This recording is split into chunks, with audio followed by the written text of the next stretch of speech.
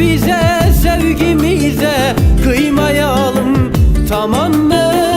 Sevdamıza karışırsa, ayırmaya çalışırsa, ikimize kör şeytana, aman sakın o şeytana uymayalım, tamam mı?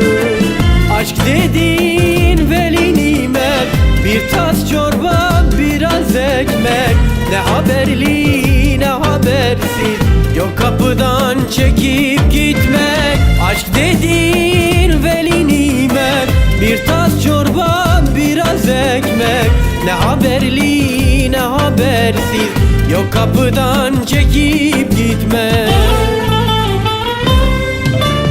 Tamam mı? Tamam mı?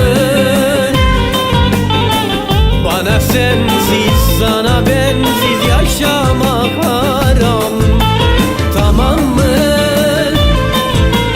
Tamam mı? Sana bensiz, bana sensiz yaşlanmak haram.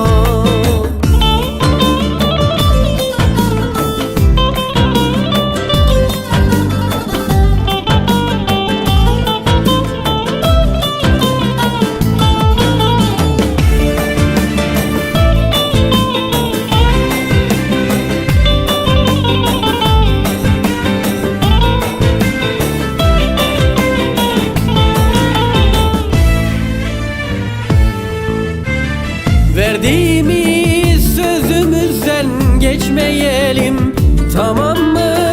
Kendimize başkasını seçmeyelim, tamam mı? Ben ölürüm sevgim için, sevgim sana senin için. Biz sevdanın sarhoşuyuz, bu sevdanın sarhoşuyuz. Düşmeyelim, tamam mı?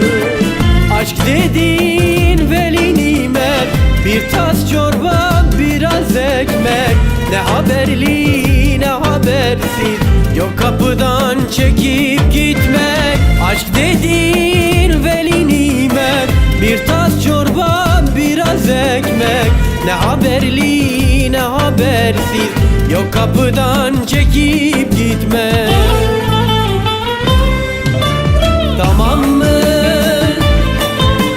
Tamam mı? Bana sensiz, sana ben